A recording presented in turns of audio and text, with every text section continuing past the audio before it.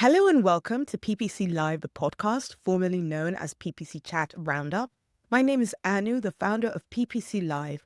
And if you're used to hearing from PPC experts about how to ensure that we are keeping up with the ever-changing landscape, don't worry, you are still in the right place. But instead of relaying what the PPC experts are saying, I'm going to be bringing the PPC experts to you. Every week, I'm going to be speaking to a different PPC expert about the biggest F-ups that they have faced and how they've turned it around. We'll share about what was disappointing, what was surprising, and especially that they learned from it, ensuring that they continued their career in a very successful way.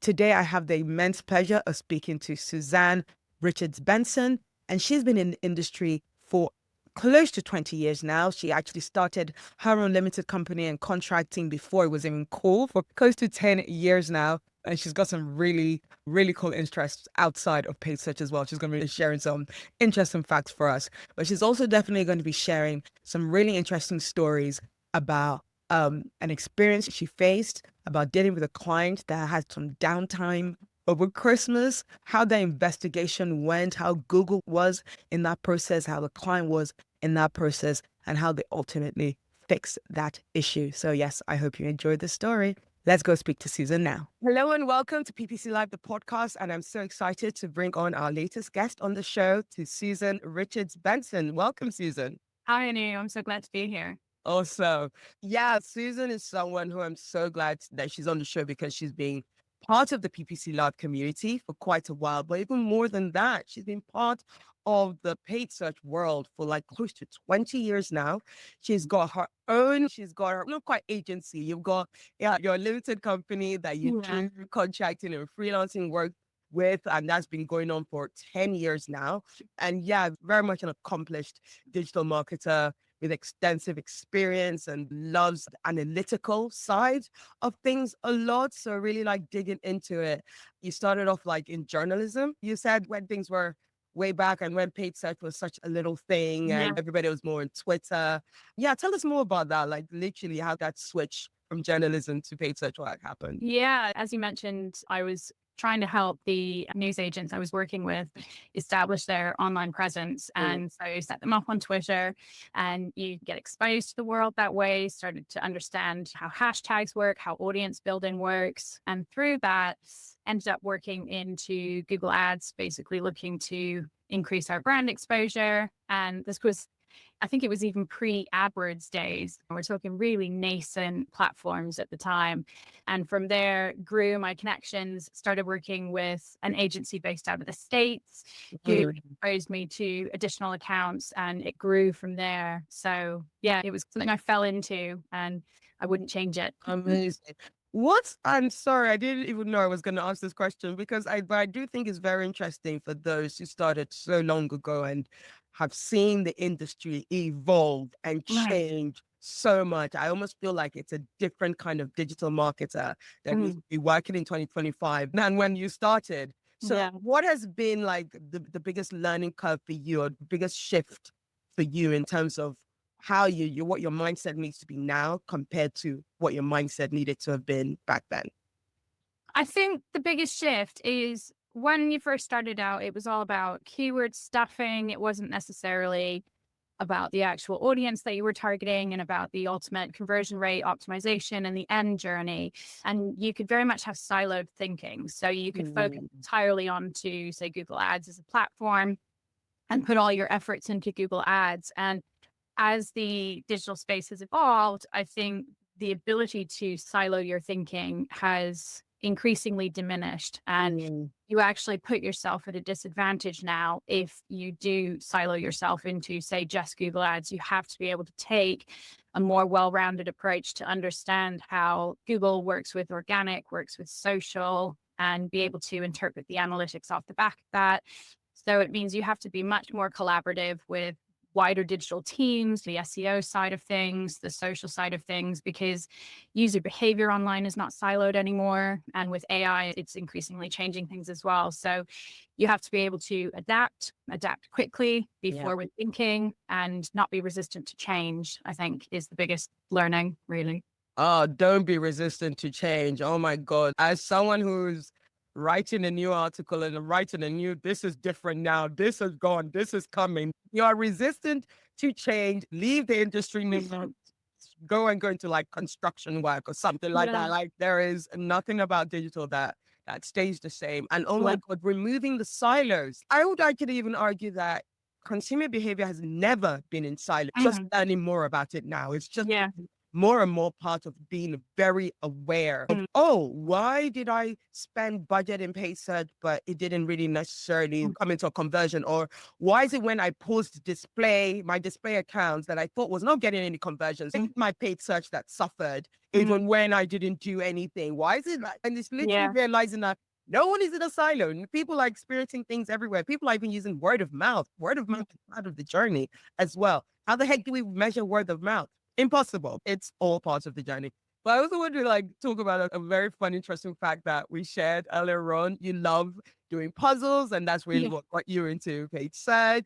You love dirty documentaries, and you shared a really interesting fact about rainbows, and I'm going to ask you to share it again. When you're looking at a rainbow, if you're lucky enough to see a double rainbow, the double of the rainbow is inverse. So colors are backwards, which is not really something you'd notice.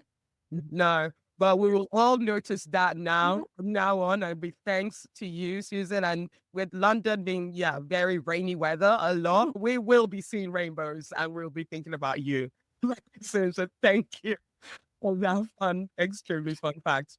So anyway, without further ado, we have kept our audience waiting long enough, our listeners waiting long enough. This show is talking about the F-ups that we've experienced and how we've turned it around, how it's become a triumph, and how we've learned lots from it. Susan, what is the F-up you want to share with us today? Yeah, so this one, it still haunts me a little bit because it was so frustrating. And obviously, as PPC marketers, we've all had experiences where we've messed up with the budgets or had wrong keywords running. And obviously, those are F-ups that we're all very familiar with. But this one, it threw me for a curveball. So we were working with, they were a children's playground based out of Florida.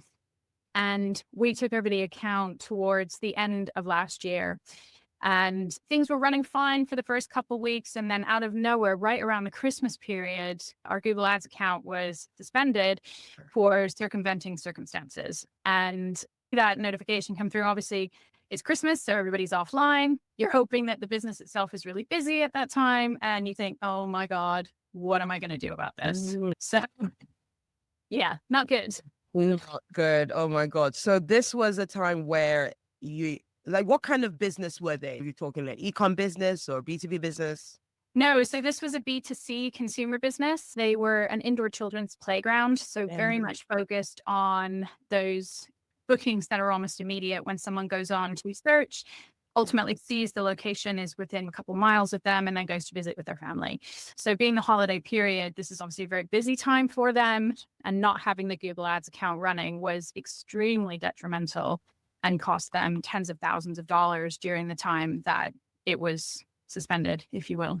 Oh gosh. All right. So let's tease out the story a bit more. Let's get into what happened. Who found the problem first? Who noticed that this had gone wrong?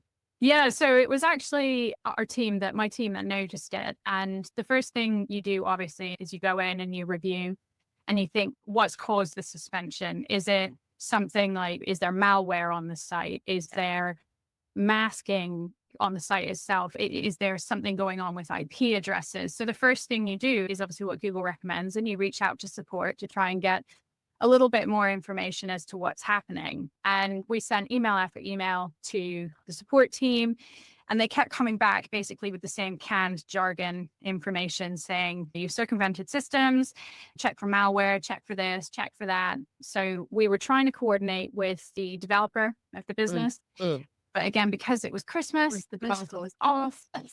Oh my God. That whole long time for something to go wrong. I know. And in the meantime, the client had obviously noticed that the traffic had massively dropped off. So they were emailing us and texting us constantly saying, what are you doing about this? How are you fixing this? And we were sat there with our hands tied. There's really not much we can do. First of all, we need your developer to see, is there something wrong on the site? Is there something in the back end that's causing this flag for potentially malware or IP masking? Our ability to see that is really limited at the moment. We can only tell you what we're being told by Google, which unfortunately wasn't a whole lot. Not a lot. Okay. And what was like the emotional roller coaster that you were going through right now? Because I imagine Google not telling you, and maybe for a split second, you think to yourself, what have you done? How did you mess up? What was your reaction to, how did you keep your cool to ensure that you didn't go, oh, I'm just going to quit and give up on this? There were definitely, I'm not going to lie, there were definitely moments where I was like, I'm ready to throw in the towel on this. This is ridiculous. This is so stressful. But I think you have to remember that, at least from Google's perspective, it's not personal. Yeah. They are trying to protect their consumer base. The issue was obviously on our side. Something had gone wrong. So we had to get to the bottom of what the issue was and try not to take it personally, not take it as a reflection of we don't know what we're doing or we're terrible at our jobs. And at the same time, try and understand from the client's perspective, who were getting increasingly aggy and increasingly frustrated in their texts and emails. And you get to a point where you almost feel like you're on the back foot a little bit and you're trying to defend yourself. And at the same time, you don't know what you're defending yourself from. Yeah. Okay. So going to the crux of the big question that people are probably asking, who was at fault? So ultimately what ended up happening, and it took us a few months to figure this out, when we first identified the issue, obviously the first thing we turned to was, is it malware on the site? So the developer, once he was back from the holiday season, scanned the site, said nothing's wrong. So we resubmitted an appeal, came back again with circumventing systems. So by about mid-February, so at this point we're talking, it's been ongoing for almost 2 months, we got the client on a call. And we got her business partner on a call and said, we need you to do something for us because we've done everything on our side. We need you to check that there's not something that you've perhaps overlooked on your end. Can you please go to ads.google.com and log in and tell us what? And it turns out that the client had actually had a original Google Ads account that they had not told us about, that had been set up, was actually running in overlap with our campaign for a short period of time. And they had not closed or suspended the account when they moved over to our agency and started running ads with us. In hindsight, Google was totally justified in their suspension because the client had very clearly violated the T's and C's. And it's unfortunate that it took so long to actually establish that, despite repeatedly asking the client, are you sure you've never set up an account before? You sure you've never run campaigns before? And yeah, it was. Oh, God. Oh, that's annoying. Yeah. So what are the signs? Did they give any indication that they were that kind of client? Like, what are there any signs we'd say that you missed looking back, that maybe you could have gone to that conversation earlier, or that was due diligence? Yeah. Yeah, I think in hindsight, there definitely were. So when we were onboarding the account, the client was always a little bit cagey about their previous data. And they would say it was who they were working with previously wasn't releasing the data to them. And I'm sure many of the listeners have experienced that, where they have agencies that don't release the data to the client. So you think, okay, that's not an unusual scenario, but they didn't want to share access into the analytics or anything like that. So we basically had to set everything up from scratch. And this is not a new business. So you think that's a bit unusual. Are we sure that there's nothing that's been set up? And when you went and you looked at the actual code that was on the site, you could see that there was an existing analytics tracker on there. So they obviously had something set up, but they just insisted to us that they'd never had access to it. They didn't know if it was still live or anything like that. So I think the lack of transparency when we were onboarding the account should have been a much bigger red flag to us. Yeah. And in hindsight, again, I think we should have done a bit more due diligence in maybe getting on that initial screen share with the client and saying, can you visit these URLs? And let's just see what you've got access to before we go through and set up all the accounts and end up in the situation that we ended up in.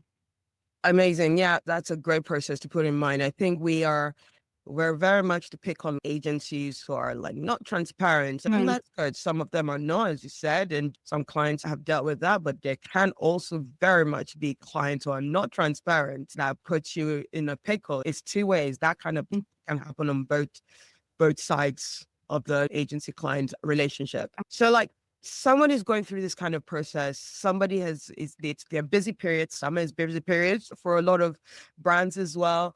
And traffic has just plummeted. Account has been suspended. They're not sure what to do. What's your advice? Someone is like at the beginning stages, first few weeks of this issue happening. What's your advice to them? Definitely to start with is to reach out to Google support, obviously. And even though the information that we got back from them was pretty canned responses, it was still very relevant to the situation at hand. Looking back, I think first of all is obviously make sure that you've got those support cases rolling in. And then the next thing to do is keep a record of everything. Keep everything in writing. Make sure you've got what you've sent to the client, any communication that you've had with the client, anything like that. Make sure you've got a log of it so that you have not only a record of what your actions have been, but also you can try and use that to isolate the issue down to say, well, it's not this, it's not this, it's not this. Get people involved. It's not necessarily a burden that you can solve on your own. And ultimately try and be as forthcoming and transparent with your client as possible as to what you're seeing on your end, but equally don't assume that the issue lies solely with you. Yeah, absolutely. And so how did that experience change your process? Because you later on in life, you've built your own limited company that you do your contracting work. Did that particular story make you go, okay, this is a process I need to put in place to ensure something like that doesn't happen?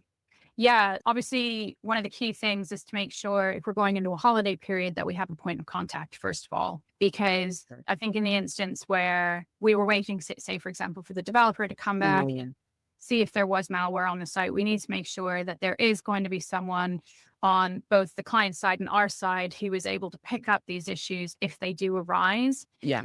But the bigger picture is in how we onboard accounts now and how, if there are those red flags from the beginning, you think, is this going to be the right fit for us? Because the end result of that relationship is unfortunately it's soured. We no longer work with that client. Yeah. And it knocks the confidence of me and my wider team. Yeah. And it was unnecessarily. So I think establishing those processes in the beginning where you have a very clear framework of what's been set up previously, get on the client calls if they're not too tech savvy, which a lot of smaller accounts won't be, talk them through the process, guide them through to see what they may have set up previously, what they haven't set up. Don't just assume and take them for their word that, no, we've never done this before, and treat it as a little bit more due diligence. And that's definitely what we do when we're onboarding now. Amazing. Thank you so much for that fantastic story, Sharon. Lauren, Just as you were just talking there, like I can't help but like think I love doing this. I love these conversations, and because this is where you learn. This is where you get those particular specific issues. Like we get a lot of people just complaining and shouting about what's going on in our industry, but we need to go back to the whole, what are the mistakes that have happened? How do you learn from it? How do you move forward? And that's how you become a better marketer, a better marketer. And I love that. And then just swiftly tangenting on to exit kind of questions, which is just relevant, very relevant to what I've just said. Why is it then it really do you feel important that we talk about, you'd say, these errors that we make? Because imagine you see on LinkedIn, oh, that I did this and I made this amount of conversions and we hit our revenue target. Why is it important that we actually talk about when we've messed up? Yeah, I think to your point on LinkedIn, it's so full of success stories. It can be really easy to, first of all, to develop an imposter syndrome where you think, I'm not seeing that level of success. What am I doing wrong? Am I in the wrong job? Am I making mistakes I shouldn't be making?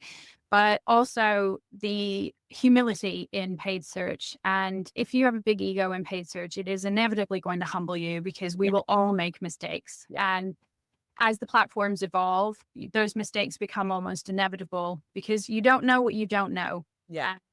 Until you make that mistake, then you can learn from it and move forward. So by sharing the mistakes within the community, it gives us all that opportunity to see the potential potholes that you may not be aware of. And instead you get focused on the noise of all the success. And I think it's wonderful to shout about your success, but it's equally important to be able to say, well, actually, these are the mistakes that I've made that led me to that success, and to see that full journey, because then it becomes really more of a journey itself rather than just a start point and an end destination of success. Yeah, absolutely.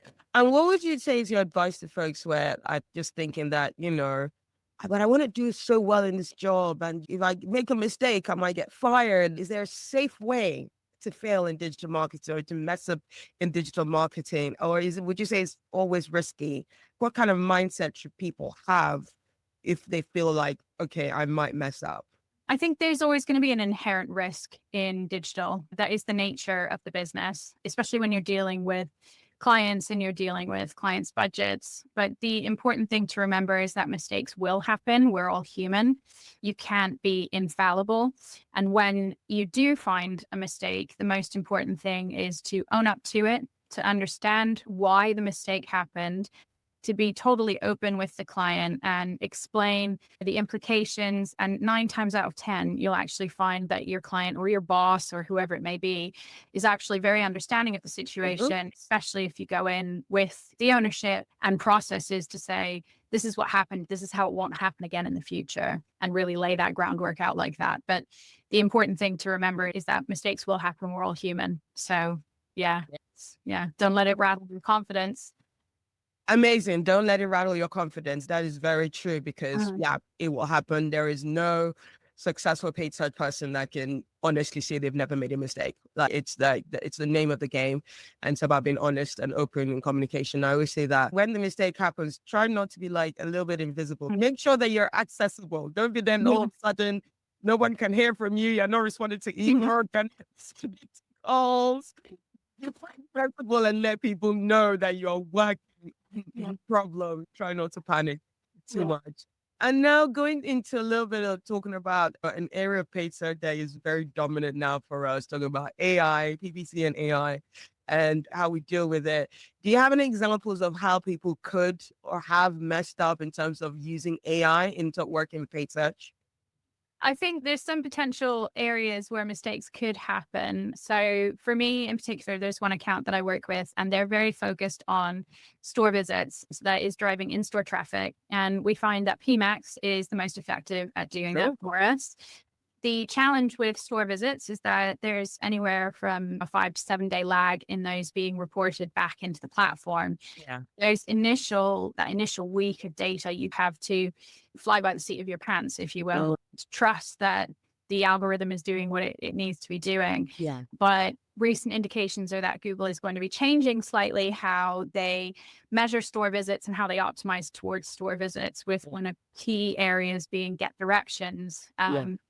And so for marketers who do rely on a max conversion bidding in a PMax situation, for example, is something to be very cautious of, because get directions is a click-based conversion event. And PMax, at least in my experience, has a tendency to go a bit wild with click-based conversions. You're much more likely to attract irrelevant clicks that way. So it's about making sure that if you are going to be optimizing towards some of those more offline, like store visit type conversion goals, to not inherently trust the algorithm and to make sure that you're putting those parameters in place, lest you end up with 1,000 get directions clicks and the client is saying to you, I've only had 10 store visits. What are you talking about? Interesting. Yeah, I'm glad you give that specific example, because I think we're all just looking, which is all fine, about the bigger implications of AI and how it help us and how people should use it. That kind of specific answer in terms of specifically like what it could do and how it could go wrong. Love that answer. Susan, you have been such a delight. This has been such a great conversation. But before we go off, just a fun question that's nothing to do with paid search, nothing to do with marketing. If your PPC career was a movie, what would be the title? I think I like the idea of click, panic, and optimize. Oh, I love it. You've just told people not to panic. Susan, what are you talking about? This is my story that you have to remember, and I can be a bit of an A personality. Oh, glad. That is such a great one to leave off. But before we leave you, where can people find you to follow your fantastic insights that you want to share with the industry? Yeah, they can find me on LinkedIn. So I try to be more active on LinkedIn. I know I should be even more active than I am, but I'll be on LinkedIn. But I'm also part of the PPC Live community, and I'm happy to chat to anybody within PPC Live. So yeah, please feel free to reach out. Fantastic. So lovely to have you on the podcast, Thank you, Anu. Susan. And we'll take care. Bye. You too. Thank you so much, Suzanne, for that amazing share and that story and being so honest and transparent about, that memory of that story of 3 months downtime of a client.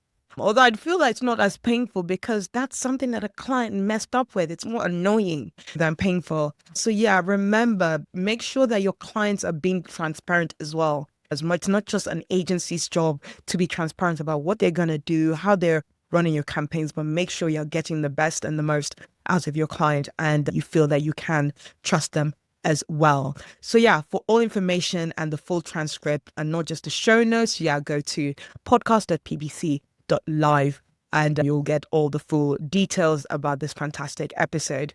An update about PPC Live. Unfortunately, the PPC Live Leads event that is happening was supposed to have happened on the 26th of June is not going to happen anymore. That has been cancelled. Everybody who bought a ticket is going to get a refund back. Unfortunately, we just didn't quite get the interest that we wanted to and didn't quite manage to secure a sponsor. So we are going to put that on hold for a while and try to come back to that in terms of coming back to lead, reassess that, see what's actually the best way to ensure that the people who need to be at the event are fully aware that's going on and maybe even partner with other companies that are doing events in that area as well. So we are now full hog ahead in planning PPC Live, still 17, but this time in London. And this is going to be happening on July the 31st. So yes, go to ppc.live to get your tickets from there. We've got 3 amazing speakers, heads of PPCs, paid media leads, the people that you want to be listening to that who know their stuff, who have made mistakes in the past, who are going to go through presentations that are really very much learnings about mistakes from the past so that you don't make the same mistakes as well. So go to ppc.live to get those tickets. I'm also doing coaching sessions. So if you want to book an hour with me, just go to themarketinganu.com for that so that I can help you reignite your love for paid search and just ensure that you are on the right path of your career. So I hope you have enjoyed that show and I look forward to bringing you more PPC F-ups and triumphs next week. Thank you. Bye.